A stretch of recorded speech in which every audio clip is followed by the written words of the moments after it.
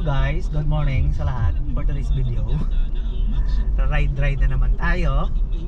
Dito tayo ngayon sa Biwok, Manila. So may bibisita tayo doon sa opisina ng logistic.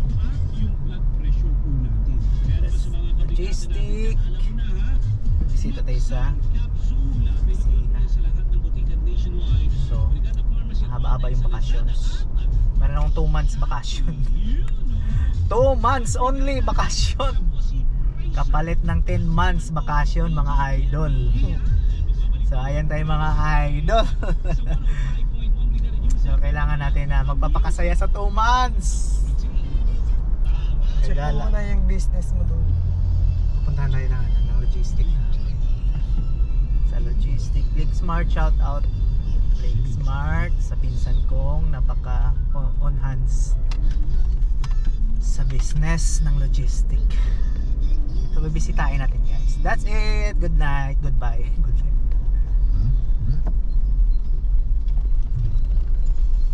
Chua.